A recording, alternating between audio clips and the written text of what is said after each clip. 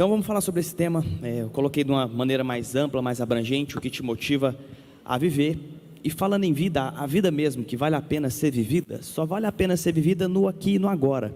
Eu sei que a gente está no fim de semana, eu sei que daqui a pouco tem feriado, festa, Natal, mas esse tempo ainda não chegou. Para a vida ser feliz, de fato, ela tem que ser feliz se for nesse segundo. Então eu convido vocês para que a gente possa embarcar nessa junto, e o meu desejo é que seja um momento tão alegrador para vocês, quanto certamente será para mim. Já fui apresentado, meu nome é Rafael Mendanha, sou médico psiquiatra, atuo também no tribunal como perito, pós-graduando em medicina do trabalho. É muita falta do que fazer, né? Muito tempo sobrando, aí a gente faz isso. E também tenho a alegria de ser coordenador lá no SEMBRAP, que é o Centro Brasileiro de Pós-Graduações Médicas. Mas essa parte aqui, que vai no currículo Lattes, no LinkedIn, não é nem de longe a melhor parte. A melhor parte é que eu sou cristão com muita alegria, sou casado com a mulher da minha vida, Mariana, que está aqui. Tenho a alegria de ser filho da Márcia, que está aqui hoje, me dando a honra da presença, e do Ailton. Sou filho, sou irmão, sou neto, primo, sou amigo, e sou muito feliz em todos esses papéis que exerço. Aqui eu trouxe alguns livros pelos quais a gente vai acabar passeando e que embasam a literatura científica, além dos artigos, e também tem esse livro não muito conhecido, inclusive nem publicado, que é o Vozes da Minha Cabeça, carinhosamente apelidado, justamente porque é de onde eu tiro grande parte das reflexões que faremos aqui nesse momento. Começo falando sobre esse tema com vocês a partir da figura de Atlas, figura da mitologia grega. Segundo conta a mitologia, Atlas era um titã que perdeu a guerra para os deuses do Olimpo. Em consequência disso, Zeus o castigou a uma condenação eterna. Qual seria o castigo? Levar sobre os seus ombros todo o peso dos céus e da terra. Isso seria muito pesado por toda a eternidade. E o que isso tem a ver comigo, com você e com Setembro Amarelo? Tudo. Atlas é uma representação humana. Todos nós somos Atlas. E aqui surgem duas variáveis: um indivíduo e o mundo que carrega. O indivíduo, que pode ser de fato forte, ter suas ferramentas de enfrentamento e está tudo bem, e ele aguenta muito peso, mas em determinado momento também pode se fragilizar por diversos aspectos, genéticos, sociais, familiares, ambientais, tudo isso pode influenciar. Do outro lado, a gente tem o próprio mundo, que pode ser um mundo colorido, leve, muito tranquilo, mas que em determinado momento também pode ficar pesado. Isso acontece com todo mundo. O que nos preocupa é quando a gente tem essa junção, um mundo muito pesado, um indivíduo fragilizado. Aqui existe um risco desse indivíduo fragilizado pensar: vale a pena deixar esse mundo cair, porque afinal de contas está tão difícil mesmo, né? Então é nesse momento que a gente se preocupa. De forma alegórica, estamos falando de suicídio. Suicídio que tem diversos conceitos científicos, religiosos, filosóficos. Eu quero me ater ao conceito de Émile Durkheim, que é um sociólogo francês que estuda muito sobre o tema. Ele diz que o suicídio é a morte que resulta direta ou indiretamente de um ato provocado pela própria vítima, que tinha o conhecimento do resultado de tal ato. Sabia que ao fazer A, o resultado seria B, sendo que o resultado de B seria a própria morte. E aqui vem um primeiro ponto importante. Conhecer o resultado do ato não é necessariamente desejar o resultado de tal ato. Vamos aos exemplos. Pensem num soldado. Um soldado que, em prol do bem-estar e saúde do seu batalhão, se sacrifica por esse batalhão. Esse indivíduo queria de fato morrer? Certamente que não, mas o faz em prol de um bem maior. Da mesma forma, um pai ou uma mãe que certamente sacrificaria a sua vida em prol da vida do filho. Esse indivíduo queria passar a vida inteira curtindo a vida do seu familiar, mas não faz em prol de um bem maior. Mas ainda há quem diga: não, eu sei, eu quero isso mesmo, eu não tenho dúvida, o meu pensamento já mandou, eu quero acabar com a minha vida. Em última instância, isso também não é lá muito confiável, porque o que a gente sabe é que... Opa, esqueci de passar. O que a gente sabe... E agora parou de passar. Será que foi a bateria? Ah, obrigado. Então o que a gente sabe é que mesmo que esse indivíduo fale: não, eu quero mesmo, eu não quero continuar aqui com a minha vida. O que reina, o que impera no indivíduo, no seu momento mais íntimo suicida, é a ambivalência, o pensamento dualista, a pulsão de morte contra a pulsão de vida, e isso é muito angustiante. E a gente sabe então que isso é um dos gatilhos de sofrimento que intensifica essa dor. Mas existe ainda aquele que vai falar: não, eu tenho certeza absoluta, não é nenhuma coisa do meu pensamento, meu coração deseja isso com todas as forças. Ainda assim não é muito confiável. O homem tem desejos que a gente sabe muito bem que não são tão confiáveis. Quantos de nós já fizemos escolhas das quais nos arrependemos por conta de emoção? Afinal de contas, também já estava escrito: enganoso é o coração do homem. Ainda que isso seja um desejo que pareça genuíno, a gente precisa questionar. Fato é que o indivíduo que diz: eu quero acabar com a minha própria vida, muito nos preocupa, porque ele não quer acabar com 20, 30, 50, 60 anos de idade. Ele quer acabar, ele vai contra milhões de anos de existência humana, em que o instinto mais primitivo é o da sobrevivência. O que nos trouxe até aqui foi esse instinto primitivo de, acima de tudo, querer sobreviver. Então, se alguém diz: não, eu quero acabar com a minha vida, é uma quebra muito forte da linha de sobrevivência. Então, é um sinal de que essa pessoa, de fato, precisa de ajuda. E Setembro Amarelo é para isso, estamos aqui para esse momento. Vamos um pouco aos números que, vamos combinar, não são muito alegradores. Esse estudo que eu destaquei aqui foi um estudo do Neuri José Botega, que é um psiquiatra brasileiro, renomado suicidologista. Ele observou uma população lá de São Paulo e percebeu que de cada 100 habitantes, 17 tinham tido um pensamento de morte. O que é um pensamento de morte? É onde tudo starta. Sabe aquele desejo de dormir e não acordar mais, que infelizmente a amiga da Josi teve? Isso é um pensamento passivo. Eu quero dormir e não acordar mais. Eu quero só descansar. Mas isso pode evoluir para outras instâncias. E aí, de certa forma, desses 100 habitantes, 5 tinham um plano, tinham um planejamento, um meio para tal. Desses 5, 3 tinham de fato cometido a tentativa e apenas 1 conseguiu acesso ao tratamento médico a partir dessa tentativa. O que muito nos preocupa, né? Porque veja a escalada do sofrimento. E aqui surgem duas verdades. Primeiro, nem todo mundo que está em sofrimento necessariamente vai querer se suicidar. Essa não é uma verdade. Os números mostram. A maioria, inclusive, não tenta. Mas isso não invalida o sofrimento. Já dizia Djavan: se não mata, fere. Fere a alma, fere as emoções. 3 tentaram, 1 recebeu atendimento. E todos os outros 17? Eles também estavam em sofrimento intenso. O sofrimento precisa ser validado. E o outro ponto importante é que é uma progressão, parece uma escada, uma subida. Não há um indivíduo previamente rígido, são, não é comum que ele acorde e pense: hoje é o dia que eu vou acabar com a minha vida, é hoje, eu não tenho dúvidas. Ontem a vida estava boa, hoje eu quero acabar com ela. Não, geralmente existe uma escalada, uma progressão. E o que está muito relacionado a isso?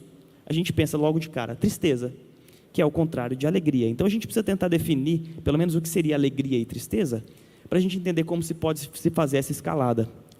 Tem várias definições, eu quero me ater aqui à definição da filosofia de Baruch Spinoza, um filósofo holandês. Ele diz que alegria é ganho de energia, é sair de um estado de menor energia para um estado de maior energia de si mesmo. Ou seja, quando você faz algo alegrador, encontra alguém que você ama, e isso te dá uma energia que faz você sorrir, que faz você falar mais, isso é alegria. O contrário é verdadeiro. Tristeza é perda de energia. Até porque, em última instância, na morte, todos os batimentos cessam, perde-se a energia. Então imagine um indivíduo que coleciona encontros apequenadores de si mesmos, encontros que são entristecedores. Ele vai diminuindo a energia, diminuindo o seu conatos. Em última instância, ele pode evoluir para um estado de tão baixa energia que ele pense: talvez seja melhor acabar com isso. Isso é uma perspectiva filosófica. Do ponto de vista psiquiátrico, a gente sabe que já tem grandes fatores de risco associados e validados para uma tentativa. A principal delas é uma tentativa de suicídio prévio, seguida de um transtorno mental, qualquer que seja, e sobretudo se não tratado, além de história familiar, abuso de substâncias de forma comórbida e outras situações de vulnerabilidade psicossocial, desemprego, desamparo, histórico de traumas e tantos outros. O que os números também nos trazem é o seguinte: de cada uma tentativa consumada, existiram 20 tentativas não bem-sucedidas. É um número muito alto. Isso nos leva a pensar também sobre o paradoxo dos sexos. As mulheres tentam muito mais suicídio que os homens, na proporção de 2 para 1, enquanto os homens são quem consumam o suicídio em proporção muito maior, de 4 para 1. Isso porque homens tendem a usar meios muito mais letais para tal. E fica aqui o meu alerta para homens. Nós homens somos mais durões, turrões, não conversamos com ninguém, não aceitamos fraqueza. Mas fato é que, por epidemiologia, o maior risco é nosso e não das mulheres. Então, quando precisar, tiver um sinal, não hesite em buscar ajuda, porque pode ser uma emergência. O que preocupa também é o fato de que no Brasil, de todas essas tentativas, somente 1/3 conseguiu, de fato, um atendimento médico adequado. Os outros 66% não seguiram o atendimento. E preocupa-nos também o fato de que a tentativa prévia, como dissemos, já é por si só o grande fator de risco para uma nova tentativa. A boa notícia é que, segundo a OMS, a Organização Mundial da Saúde, dos anos de 2000 a 2019, houve uma queda mundial da taxa de suicídio, estimada em 36%. A má notícia é que aqui nas Américas não foi tão legal. A gente teve um aumento da taxa de 17% na contramão do mundo. Mais preocupante ainda é a situação no Brasil, que no mesmo período houve um aumento de cerca de 43%. Em adolescentes, esse aumento foi gritante, até 81%. E chegamos à incrível e preocupante marca na média de 30 suicídios por dia, dos quais 80% desses pacientes já tinham recebido pelo menos um diagnóstico de transtorno mental. Isso traz à tona a seguinte verdade: o suicídio é sempre imprevisível, a gente não sabe quem vai, quando vai, mas o que a gente sabe é que as suas causas, ou pelo menos a maioria delas, mais de 80%, são potencialmente tratáveis, existe doença relacionada a isso. Então, se existe isso, por que não tratar? É preciso buscar ajuda e com profissionais habilitados, isso é fundamental. E diante desses números a gente poderia pensar,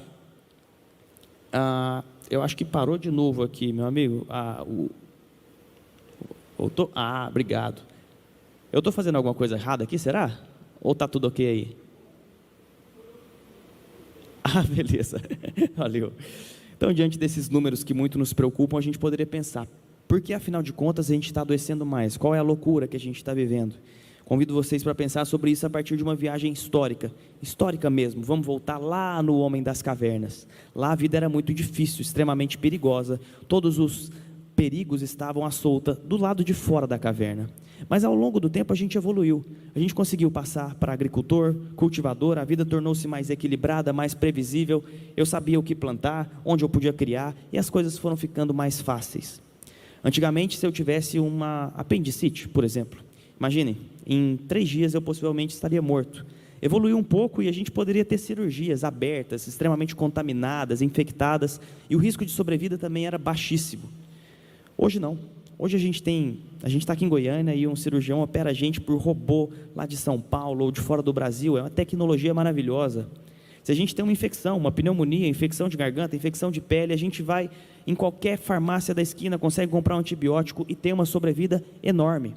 Mas será que essa sobrevida também vem com qualidade de vida? A gente precisa pensar sobre isso. Imaginem vocês se deslocar de um lugar para outro. Estamos em Goiânia, feriado, vamos passar um fim de semana lá em Caldas Novas, de carro de boi. Não ia dar certo, é um dia para ir, outro dia para voltar, acabou o fim de semana, não tem graça. Como é que é hoje? A gente tem uma grande facilidade, linhas aéreas, trem, Uber, moto, ônibus, todas as formas de se locomover que nos fazem ganhar muito tempo, a gente tem tudo mais fácil. E o que a gente faz com todo esse tempo que ganhamos? Será que a gente tem feito da forma mais correta? Imagine vocês, hoje é sábado, que a gente vai sair daqui todo mundo para jantar em algum lugar. Pensa como era isso antigamente. Juntava a minha tribo com a sua tribo, com a outra tribo, todo mundo em volta de um grande mamute, todo mundo jogava suas lanças, a gente ia matar, mas também corria o grande risco de morrer. Matamos o mamute, está pronto? Não, tinha que cozinhar, tinha que mexer em tudo. Pensa a demora, a gente ia jantar no almoço de amanhã. Como é que é hoje? É muito mais prático. Se eu quiser ir para um restaurante, eu não quero nem dirigir, eu chamo um motorista particular, ele me busca e deixa na porta do restaurante, logo depois eu volto para casa em segurança. Mas eu posso ser daquele mais tranquilo, hoje eu estou cansado, eu nem quero ir na comida, eu quero que ela venha até mim. Olha que louco, antes a gente matava o mamute, hoje, num passo de mágica, a gente abre um cardápio, escolhe pizza, sanduíche, macarrão, tapioca, o que quiser, e a comida magicamente vem até nós. Quanto conforto! Com a comida em mãos, quentinha, maravilhosa, e acho que numa hora dessa já deve estar dando um pouco de fome em vocês, desculpa falar nesse tema, mas a gente pega e senta em frente à televisão, e como se tivesse um verdadeiro cardápio de opções, a gente abre também. Eu quero ação, aventura, comédia, drama, e eu escolho o que quiser para me agradar, para me encher. E se você está sozinho, você ainda pode ficar um pouco insatisfeito e fala, não, eu preciso de alguém comigo. Então eu abro novamente o meu celular e eu tenho um grande aplicativo que é um verdadeiro cardápio de gente. Eu gosto de alto, baixo, loiro, moreno, eu escolho do jeito que eu quiser e essa pessoa vem até mim. E vocês se perguntam, como é que eu sei disso, né? É porque os meus amigos me contaram. Eu tenho uns amigos muito danadinhos, né? Sou muito bem casado com a mulher da minha vida aqui, sou um cara sério, mas eu tenho uns amigos que são meio sapequinhas, isso acontece. Então a gente poderia pensar, que mundo maravilhoso, como diria Louis Armstrong, né? Mas então por que a gente está adoecendo? Qual é o outro lado da moeda que a gente ainda não conseguiu acompanhar? Vamos pensar, e eu sei que você vai se identificar com isso. Nós vivemos num momento de um excesso de tarefas. Todo o tempo do mundo que temos não é suficiente. Eu queria ter 48 horas por dia, mas eu tenho certeza que na 47ª eu diria, não dá para esticar 72? Porque eu coloquei umas pautas a mais aqui que não deu e parece que se tivesse mais eu concluiria a minha agenda. Não sei como é que é a caixa de e-mail de vocês, a agenda de coisas a fazer, a minha sempre fica pendente, nunca dá para fechar, porque nunca somos suficientes para as demandas que nos são exigidas. Também temos essa questão de parecer ser máquinas, nos comportarmos como verdadeiras máquinas, robôs. A gente tem que produzir, pausa, descansa, 5 minutos, volta, produz. Só que em algum momento a gente pode pifar. Qual que é o problema? Diferente dos robôs, nós não temos parafusos para serem trocados, engrenagens para serem arrumadas. Não, a gente quebra, a gente tem que parar por um tempo. E o fato é que podemos ser também descartáveis por isso, porque a pressão por produtividade é alta e a gente se comporta dessa forma. É muito preocupante. Segundo o Byung-Chul Han, filósofo sul-coreano, no seu livro Sociedade do Desempenho, o livro é Sociedade do Cansaço, e nós vivemos na sociedade do desempenho, que é marcada pela extrema produtividade a qualquer custo.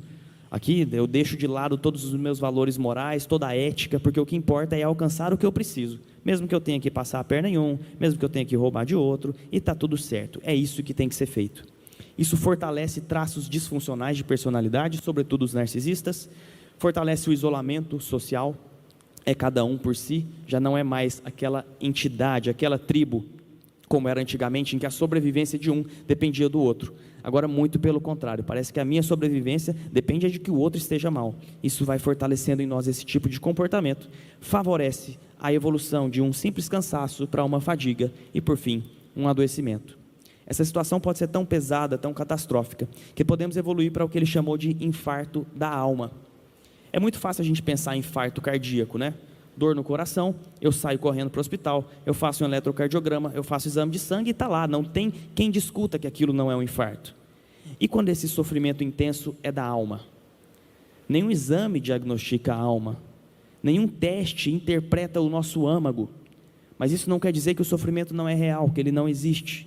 E esse é um dos grandes problemas, porque para pessoas que são muito objetivas, matemáticas, e dizem que isso não é verdade, infelizmente os números que acabamos de ver nos provam o contrário. Então é preciso sim valorizar esse tipo de queixa. Não é frescura, não é falta de Deus, não é preguiça, vagabundagem, ou o que vocês quiserem chamar. Não é nada disso. Fato é que também vivemos na sociedade do consumo, extremamente consumistas e Obrigado, meu amigo, valeu. E pressionados a consumir cada vez mais. Eu não sou mais quem eu sou a marca que eu uso, do celular, do relógio, da roupa, do carro que dirijo. E isso vai me despersonalizando, eu perco identidade, eu perco essência. Se fosse possível trazer René Descartes para os dias de hoje, talvez ele diria algo como: compro, logo existo. E todas as suas variáveis que vocês quiserem inventar, posto, logo existo, curto, logo existo, faço crossfit, logo existo, jogo beach tênis, logo existo, faço dancinha de TikTok, logo existo, o que vocês quiserem, aqui as combinações são infinitas. Mas fato é que todas essas combinações nos colocam no centro do consumo, e de tanto valorizar o consumo, não demora para que o produto seja eu mesmo. E produto na vitrine só vende se for bonito, se não tiver estragado, se a roupa estiver bem bonitinha, se a vida estiver perfeita, aí vive, aí beleza, aí vira promoção e Black Friday arrebenta. Mas se tiver falha, se tiver fragilidade, tristeza, geralmente não vende. Por isso é tão comum que a gente acaba vivenciando momentos como esses. A gente se encontra diante de um belo pôr do sol, de uma Mona Lisa da vida, diante de um show super legal. E ao invés de curtir aquilo e registrar com a nossa retina e com a nossa memória, a gente faz questão de, ao invés de viver aquele momento, registrar na tela do celular. Porque o que importa é a gente mostrar para os outros que esteve lá, e não curtir aquele momento tão único, tão breve, tão irrepetível. De forma muito melódica, Jay Wacker disse que mais interessante mostrar que esteve do que estar. Muito mais importante é exibir a vida do que de fato viver. E aí a gente se depara com situações como essa, não sei se vocês já viram algo semelhante. Olha só que legal, esse rapaz aqui curtindo o seu fim de semana, tranquilo, está tomando uma geladinha ali, está na praia, o mar está maravilhoso. Mas será que essa areia é de fato da praia? Às vezes não parece, olhando de outra perspectiva. Fato é que a gente começa a se comparar, e a comparação na maioria das vezes adoece. Porque, como eu disse, ninguém posta o eu quebrado, o eu fragilizado. A gente só posta o eu que está inteiro, perfeito, bonitinho, arrumadinho. Exemplo claro, você chega na sua casa, depois de um dia inteiro de cansaço, trabalhou demais da conta, Você se joga na sua cama ou no seu sofá, você abre o seu celular, e quem que está lá? O seu amigo de infância, o seu vizinho, o seu primo, aquela pessoa que você já era meio rixosa. Essa pessoa está indo no melhor restaurante da cidade, acompanhado da sua família maravilhosa, chegando lá com um carro 0 km do ano. Ele chega no restaurante, pede o prato mais chique, aquele que a gente nem sabe falar o nome, mas sabe que é muito caro, e ele posta tudo aquilo, e você olha isso da tela do celular, lembrando que ainda é quarta-feira, e ele já está nessa vida. E você, por outro lado, está deitado no sofá, com aquela camiseta do vereador de 4 anos atrás, da última campanha política, que é muito cansadinha, mas é claro, é a mais confortável, eu sei, eu também tenho uma dessa. E a sua janta vai ser nada mais, nada menos que um miojo, é o que vai ter naquele dia. E você pensa, olha a minha vida, olha a vida aqui do meu amigo, o que eu estou fazendo de errado? A comparação adoece, e na tentativa de não entrar nesse looping, a gente tenta passar então a imagem de quem não somos.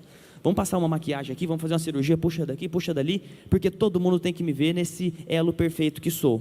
O fato é que de tanto fazer isso, a gente pode acabar se desgastando, e isso é tão pouco, tão superficial, e ainda assim suficientemente profundo, para que a gente se afogue nessas águas que são tão rasas, que dão na canela. Se a gente voltar um pouco para a filosofia para pensar sobre isso, eu destaco aqui Heráclito de Éfeso. Heráclito é aquele que dizia que não se pode banhar 2 vezes na mesma água, porque o homem já mudou e a água também já não é mais a mesma. Ele é um filósofo pré-socrático, bem antigo, e naquela época ele já pensava, as coisas estão indo rápido demais, aqui está muito dinâmico, o que é isso? Pensa naquela época, pensa ele hoje. Quem captou isso de forma também muito melódica e poética foi Lulu Santos, ao afirmar que tudo muda o tempo todo no mundo. Se a gente pega essa velocidade, que na época já era demais, e acelera vezes 2, vezes 10, a gente evolui para Zygmunt Bauman e a sua modernidade líquida, modernidade que vivemos no momento. Fato é que ele diz que o que era verdade ontem já não é mais verdade hoje, o que é hoje certamente não será amanhã. As nossas relações são extremamente superficiais, fluidas, pouco intensa, de pouco relacionamento real. Tudo é extremamente intenso, mas também extremamente passageiro. Quem também absorve isso e transforma em melodia é Renato Russo, ao dizer que o que é demais nunca é o bastante, e a primeira vez é sempre a última chance. Tem que ser no aqui ou no agora, e se não for, eu desisto de tudo. E esse pensamento extremista é risco de adoecimento. Fato é que agora é mais fácil entender por que adoecemos. É que antes o mundo era uma selva, mas na verdade essa selva agora está dentro de cada um de nós, e cabe a cada um de nós dominar todas essas feras. Mas eu sou psiquiatra, eu sei que muitas vezes não dá, sozinho a gente não consegue. E a gente se pergunta, e na prática, se eu estou assim, ou se eu conheço alguém que está assim, o que eu tenho que fazer, para que eu tenho que me atentar? Trouxe aqui alguns sinais de alerta para a gente pensar sobre isso. A gente sabe que muitos dos sofrimentos psíquicos, sobretudo em população jovem, se manifesta sobretudo com sintomas neurocognitivos. Memória, desatenção, disfunção cognitiva, lentidão de processamento cognitivo, eu não faço as coisas com a mesma velocidade, eu esqueço o que eu estava fazendo, eu acabei de ler e tenho que ler de novo porque eu esqueci, porque na verdade a cabeça já não está lá tão boa. Muitos atribuem ao envelhecimento, em última instância também pode ser sinal de sofrimento. Mas não só isso, temos outros sinais, o cansaço extenuante também é um deles. Sabe aquele que você deveria descansar no fim de semana, mas na segunda volta mais cansado? Você fica de férias, mas depois das férias volta ainda mais cansado e parece que não descansou nada. Esse cansaço extenuante pode ser sinal de uma fadiga, uma sobrecarga, que não está se resolvendo com o repouso da forma como deveria ser. Alterações fisiológicas básicas, a saber, alteração de sono para mais ou para menos, apetite para mais ou para menos, libido para mais ou para menos, também são sinais indiretos de alterações e sofrimentos psíquicos que podem ou não corresponder a alguma doença, algum transtorno sabido, ou podem só ser um sinal do corpo de que as coisas não estão indo bem. Afinal de contas, quando a boca cala, é o corpo quem fala, e muitas vezes essas dores são manifestas aqui. E o que é claro também é a alteração de humor. Essa todo mundo consegue identificar, sabe se sentir um pouco mais entristecido ou entender alguém que já está mais entristecido. Isso é para baixo. O que é mais difícil de entender é quando alguém está para cima. Ué, se alguém está para baixo, está triste, ficar para cima, feliz, é ruim? Não, o problema é que geralmente não é feliz. Quando a gente migra para o polo oposto, geralmente esse indivíduo fica mais raivoso, irritável, briga fácil no trânsito, dá canelada em todo mundo no futebol, bate no cachorro, briga com o filho sem querer. Então esses sinais de irritabilidade também são sinais de uma instabilidade psíquica. E a partir de então me identifiquei, eu conheço alguém que está nessa situação, para onde eu vou, o que eu faço? Essa, é claro, é uma situação não emergencial, são sintomas razoáveis, controláveis ainda. E aí o que é indicado é o tratamento ambulatorial, consultório. E fica sempre aquela pergunta: em quem que eu vou primeiro? Psicólogo ou psiquiatra? Quem tem dor tem pressa. Então, sinceramente, quem tiver a primeira agenda. Porque eu acredito que bons psicólogos sabem que em algum momento, em determinado momento, aquele indivíduo pode precisar de um tratamento psiquiátrico. E também acredito que um bom psiquiatra sabe dizer que a maioria, se não todos os pacientes, também precisam de acompanhamento psicoterapêutico. Psicoterapia que pode ser feita por psicólogo ou também pelo psiquiatra que for devidamente habilitado para isso. Isso aqui é uma situação que a gente tem mais tempo, mas tudo isso muda se a gente entra numa situação de verdadeira emergência. Quando a gente tem a suspeita do infarto e a vida está em risco, a gente corre para o hospital, não é verdade?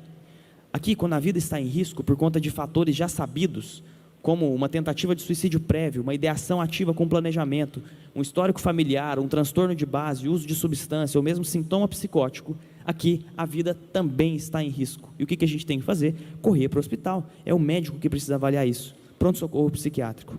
É lá que ele vai definir, estratificar o risco, saber se tem que fazer o tratamento ambulatorial ou, em última instância, em casos graves, internar, porque essa é a conduta naqueles casos em que somente isso vai conseguir proteger a vida daquele indivíduo. Pesado falar de suicídio, indigesto, ruim, nauseante. Vamos falar da coisa boa então? Vamos falar de promoção de saúde mental, porque o que a gente quer evitar é justamente essa evolução. Vamos tratar enquanto a gente ainda está lá na base, num sofrimento menos intenso. E esse é aquele momento que a gente pensa, então beleza, vamos falar de coisa prática agora. 3 dicas infalíveis para acabar com a depressão em uma semana. 5 passos para acabar com a ansiedade rapidinho. 7 passos para uma vida feliz, rica, que viaja para a praia toda semana. E esses aspectos tão práticos talvez ainda não venham, porque eu quero convidar vocês para uma reflexão ainda mais profunda, a partir de uma visão existencial do universo. Atire a primeira pedra aquele que nunca pensou quem eu sou, para onde eu vou, de onde eu vim, qual que é o real valor do meu tempo aqui, qual é o meu propósito aqui. Eu quero convidar vocês para refletir sobre isso, a partir do calendário cósmico proposto pelo astrônomo Carl Sagan. O que ele fez de forma brilhante e didática? Ele pegou todos os estimados 13,8 bilhões de anos e jogou num calendário terrestre. Ou seja, no dia 1º de janeiro, 1º segundo, inicia-se o universo. E o dia 31 de dezembro, no último segundo, é hoje, é aqui e agora. Tudo isso foi condensado em um único calendário. E o que a gente tem na média? Aqui eu estou facilitando os cálculos. Cada mês corresponde a 1 bilhão de anos. Cada dia, aproximadamente 33 milhões de anos. Cada segundo, aproximadamente 400 anos. Vamos ver como é que fica isso em perspectiva? 1º de janeiro, 1º segundo do 1º dia de janeiro e haja luz. Abriram-se as cortinas, começou o show. Tudo começa ali a partir da criação. E naquele momento, a gente não sabe precisar em tempo, mas a gente sabe que era energia, luz, matéria orgânica, em decomposição, composição, tudo ia se formando. E isso durou janeiro, fevereiro, março, abril. E somente no dia 1º de maio é que se organiza a nossa galáxia, a Via Láctea. Ainda tudo muito distante, tudo muito cheio de energia. E o nosso sistema solar, tal qual o conhecemos hoje, só vem aparecer mesmo no dia 1º de setembro. Percebam, estamos em setembro, eu nem falei de vida na Terra ainda. Isso já começa a nos mostrar o quão rápidos, pequenos nós somos, porque a vida na Terra só foi surgir em meados de dezembro. Esse mês vale muito ser ampliado, porque aqui surge a nossa vida, mas não é nem no começo, é lá no final. Ali mais ou menos no dia 25 de dezembro, era Natal na Terra, e aqui estavam os dinossauros, passeando pela nossa Terra por 5 longos dias desse calendário, ou então, 5 dias passeando aqui na nossa Terra.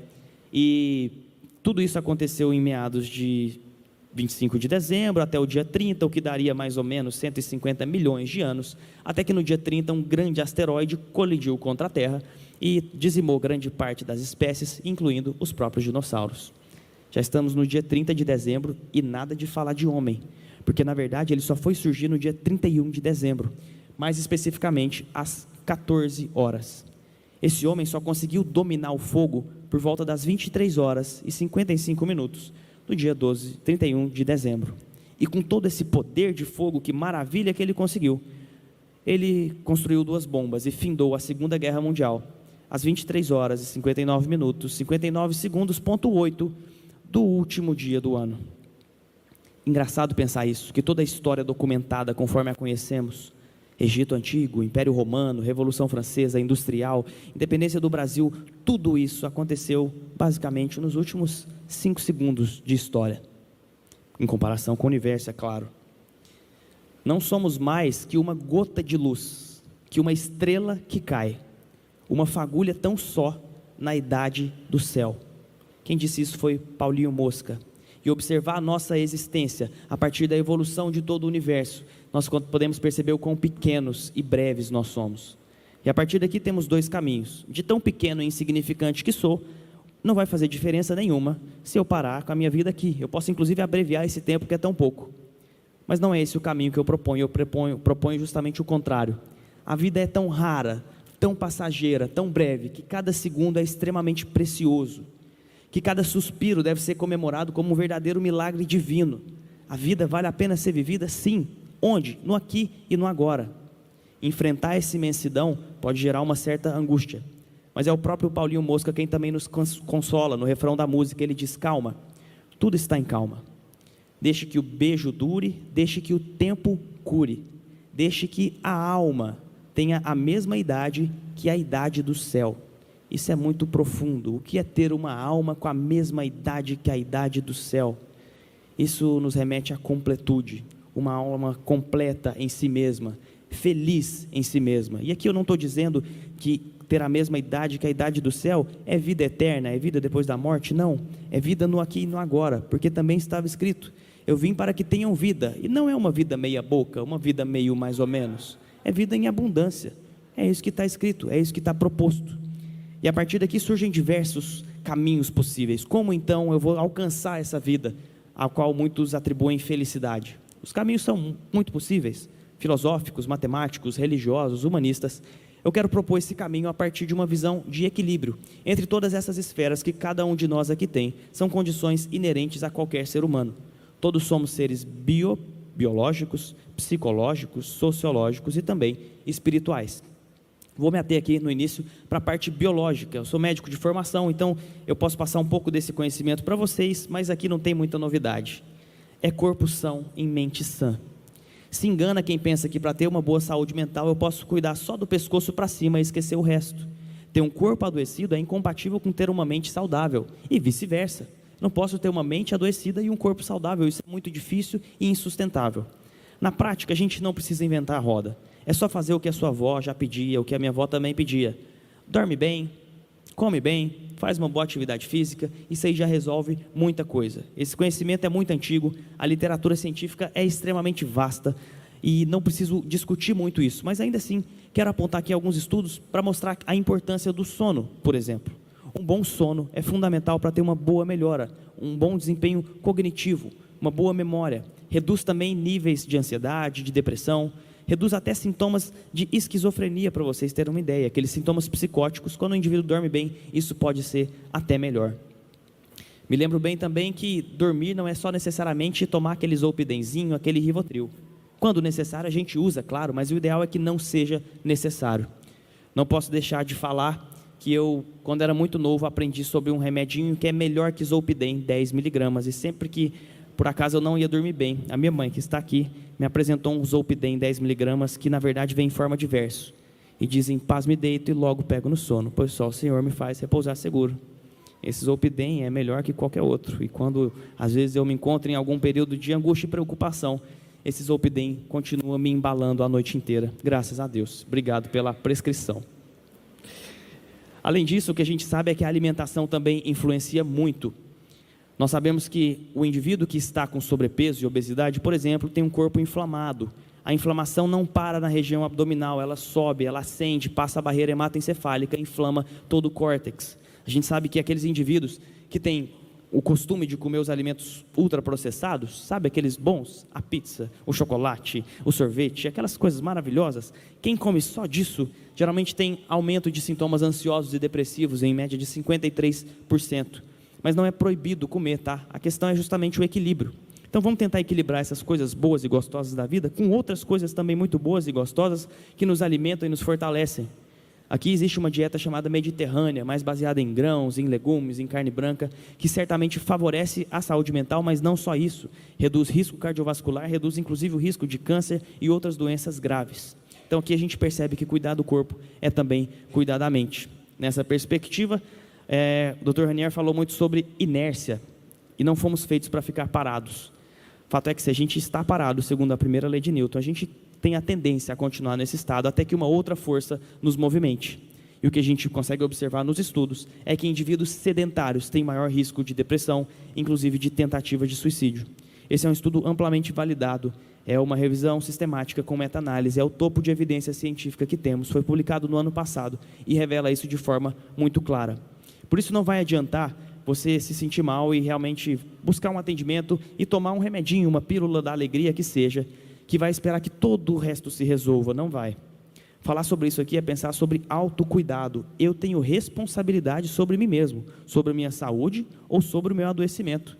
Não dá para a gente querer melhorar um tanto só tomando um remedinho, porque o melhor remédio do mundo, ainda que existisse, ele melhoraria no máximo 25% do seu caso, porque ele pega parte do eixo biológico, mas não pega o resto, social, psicológico, espiritual. Isso é com a gente, isso a gente tem que buscar. O que a gente percebe ainda dentro da atividade física é que é muito bom que a prática da atividade física, sobretudo aquelas aeróbicas, tem uma leve superioridade na saúde mental, por liberar algumas endorfinas e também alguns neurotransmissores que são fundamentais para o equilíbrio da saúde mental. Bom, falamos sobre isso e sobre a responsabilidade de nós sobre o nosso corpo e nossa mente, mas vai além disso, existe também um eixo psicológico, não somos só neurônios, prótons, existe uma questão aqui que vai além, que é o nosso eixo psicológico. O que a gente sabe é que apesar de que alguns pensem, vou no psicólogo nada, vou ficar batendo papo, eu tenho um amigo de bar aqui, que ele é tipo um psicólogo, ele é tão gente boa, a gente conversa, ele me entende, eu fico bem melhor. Existe ciência, técnica, formação por trás de qualquer psicoterapia, e a ciência prova que ela é de fato eficaz, de forma que indivíduos que tratam somente com medicação melhoram um pouco, mas indivíduos que tratam com a medicação associada à psicoterapia têm melhores respostas, isso é evidente, não há dúvida. Mas, para além disso, a questão da psicoterapia é muito importante porque fala sobre autoconhecimento. O conhece-te a ti mesmo é tão importante porque como é que a gente vai entender por que a gente reage dessa forma? Por que em determinadas circunstâncias a gente fica angustiado, seja na sala de aula, seja no trabalho, seja chegando no hospital? O que dentro de mim que me mobiliza para isso? A gente precisa entender isso e isso volta a trazer sobre nós o peso da autorresponsabilidade, porque fala muito sobre personalidade. Personalidade é o meu jeitão de encarar o mundo e me relacionar com ele. Dentre os traços de personalidade, o que é mais evidente na literatura científica é que o neuroticismo, que é um traço muito importante, favorece qualquer tipo de adoecimento. Ele está muito relacionado à inflexibilidade, dificuldade de adaptação e certamente mais atritos. Em última instância, um indivíduo muito neuroticista é aquele que tem uma grande tendência a vivenciar afetos negativos. É um indivíduo que geralmente não é otimista. Ele olha para um copo como esse e ele sempre vai pensar, meio vazio, né? Não precisa olhar para o lado se você conhece alguém, mas eu sei que em algum momento você se identifica ou identifica alguém dessa forma. E falando em copo, o copo nos representa, meio cheio, meio vazio. Eu vendo a parte vazia, a maioria lamenta. Tem copo que se arrebenta, se enchendo mais do que aguenta. Tem gente que fura o copo, na sua fúria sedenta. Eu tento não encher tudo, para renovar o conteúdo. Bebendo na fonte certa, como um bebê na placenta. Falar de personalidade é saber que a gente também tem uma autorresponsabilidade sobre qual fonte que eu busco para me encher, para matar minha sede, para matar minha fome. E isso parte de nós. Nós não somos mais bebês, onde éramos obrigados a comer aquilo que nos era dado. Nós temos o livre-arbítrio para escolher o que vai nos alimentar. Vamos passar também agora para o eixo social, que é tão importante. Bom, passo para essa análise a partir de Emile Durkheim, que é aquele sociólogo que eu trouxe no início. Ele foi um grande estudioso da questão do suicídio e ele percebeu que o suicídio era um fato social. E que tão mais provável seria o suicídio quanto mais frágeis fossem os relacionamentos sociais. E de que forma ele observou isso? Percebendo que solteiros se suicidam mais do que casados, por exemplo. E aí alguns podem perguntar, será que está certo isso? A vida de solteiro é tão boa? Nossa, eu saio a hora que eu quero, eu volto a hora que eu quero, eu faço o que eu quiser, não dou satisfação para ninguém. De acordo com Durkheim, e fato que se concretizou nos estudos posteriores, realmente ser solteiro é um fator de risco. Pelo seguinte fato. O primeiro ponto, eu parto de um relacionamento saudável, tá? Onde duas pessoas se amam, se respeitam e querem levar uma vida juntos de forma equilibrada. Imagine um indivíduo que faz parte desse relacionamento, que em algum momento de fragilidade ele pode pensar: eu vou acabar com essa vida, está muito difícil. Ele pode pensar também que ao deixar esse mundo muito pesado, esse mundo antes era dividido por dois, mas ao deixar essa vida, esse mundo passa a ser dividido somente por um. E quem vai sustentar? A pessoa a quem eu digo amar, com aquela que eu queria me relacionar a vida inteira. O fato de ter alguém do meu lado, que dependeria de mim, pelo menos para segurar esse peso, me faz pensar 1 segundo, 10 minutos, e às vezes esse tempo é suficiente para salvar uma vida. De forma semelhante, aqueles pais, aqueles casais que não têm filhos, têm um risco maior de suicidar do que os casais que têm filhos, pela mesma perspectiva do cuidado. Eu tenho alguém que depende de mim, e quanto mais jovem o indivíduo, é claro, esse fator é mais protetor ainda. O trabalho também protege. Os estudos antigos e atuais mostram que indivíduos desempregados têm um risco maior de cometer suicídio do que aqueles que têm um emprego formal. Muito além da função econômica do trabalho, o trabalho é função identitária, e muito além disso, no trabalho a gente tem relacionamentos. É no trabalho que a gente passa a maior parte da nossa semana. Segunda a sexta a gente está lá, se relacionando com pessoas. Acabou o trabalho, 6 horas, tem happy hour, todo mundo sai feliz, afinal de contas acabou aquela tortura para muitos, e a gente senta numa mesa e começa a conversar, falar mal do chefe, falar mal do amigo, e dali sai muita amizade, dali sai casamento, sai relacionamento, e relacionamento protege. Na mesma perspectiva, Durkheim diz que ateus têm um risco maior de suicídio do que aqueles religiosos, e Durkheim não era nenhum religioso, ele não atribui isso a nenhum poder divino, ele atribui ao poder dos relacionamentos. Porque independente da fachada, do nome da igreja, segundo Durkheim, em qualquer comunidade religiosa, relacionamentos são criados, como são criados aqui, eu tenho certeza que você conhece, tem com quem se apoiar, e aqui ainda tem esse motivo a mais para se apoiar, com esse atendimento que vocês estão fazendo de acolhimento. Então, relacionamentos protegem em qualquer esfera, relacionamento é fundamental. Qual que é o problema? Vivemos na modernidade líquida, e os relacionamentos estão cada vez mais enfraquecidos, cada vez mais superficiais, e existe uma pandemia de solidão. Eu digo isso não da minha cabeça, mas, por exemplo, no Reino Unido e na Coreia do Sul, já criaram o Ministério da Solidão, porque perceberam isso não era só um problema de saúde mental, em última instância atrapalhava também a saúde física, gerava mais custo para o Estado, mais pessoas ficavam sem trabalhar, mais improdutivas, gerava mais sofrimento. Por isso que o Estado fez isso, não porque é bonzinho, mas porque fazendo a conta matemática, valia a pena criar isso. Isso porque certamente a solidão está associada com o sofrimento mental. Esse estudo que eu destaco mostra que indivíduos solitários têm 2 vezes mais chance de desenvolver depressão. E aqui a retroalimentação é muito ruim, porque indivíduos solitários adoecem mais. Indivíduos adoecidos tendem a viver uma vida mais solitária, e esse eixo continua se retroalimentando. Esse outro estudo também destaca uma importante informação, que é a seguinte: nesse estudo, a solidão foi associada a risco cardiovascular, risco de ter um evento como infarto, como AVC, na mesma proporção que fatores de riscos muito conhecidos, como a obesidade e o tabagismo. O que isso quer dizer em outras palavras? Vale mais a pena ser um gordinho, gente boa, boa praça e cheio de amigo, do que ser um malhado e sarado. Relacionamentos protegem. Por isso eu fico com o Paulinho Mosca. Para que morrer hoje, se amanhã eu estarei melhor? Viver para sempre, ninguém pode. O jeito é não ficar só. Afinal de contas, melhor que rir, é rir com alguém rindo ao seu lado. Sorriso dividido acaba sendo um sorriso dobrado.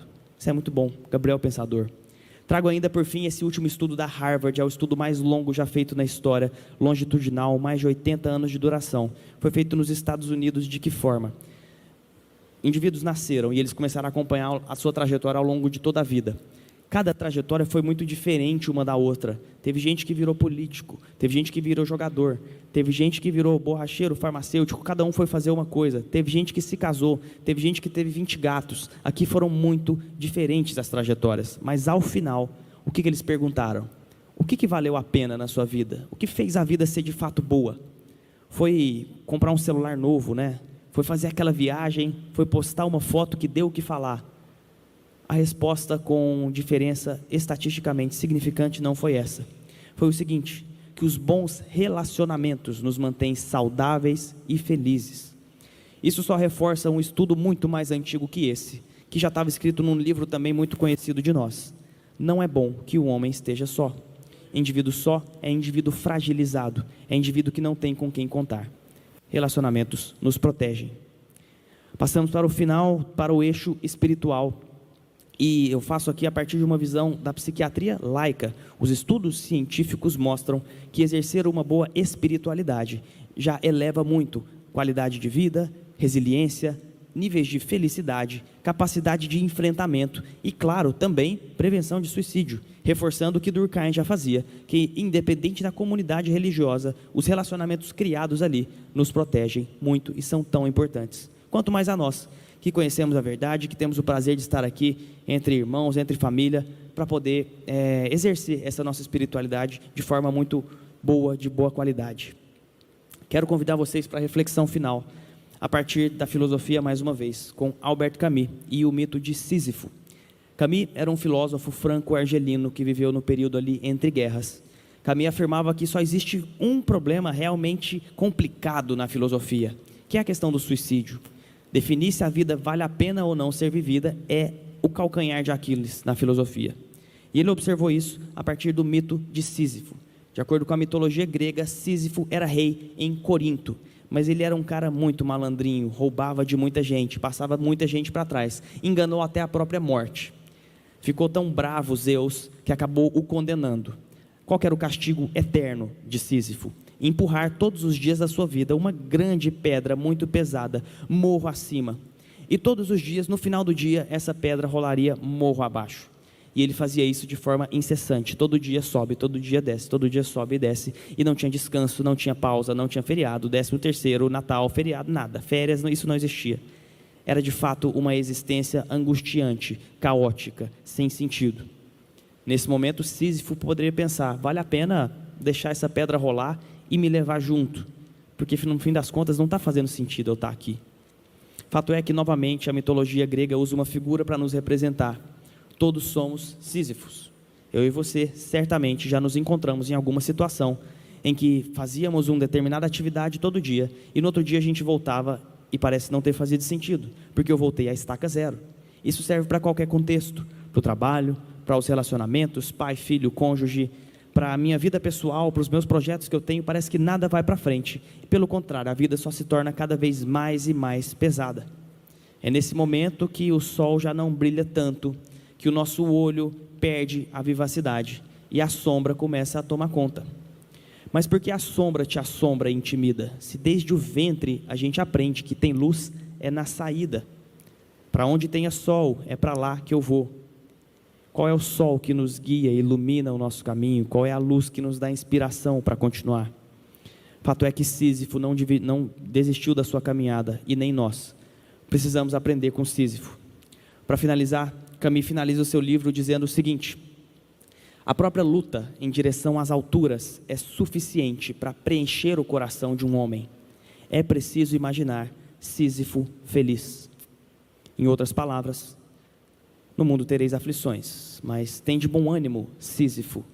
Tende bom ânimo, Rafael, Mariana, Márcia, Josi, João, Maria, Marta. Tende bom ânimo. Eu deixo vocês, faço minhas as palavras sábias de Raul Seixas. Não diga que a canção está perdida. Tenha fé em Deus, tenha fé na vida. Muitíssimo obrigado a todos vocês. Até a próxima, se Deus quiser.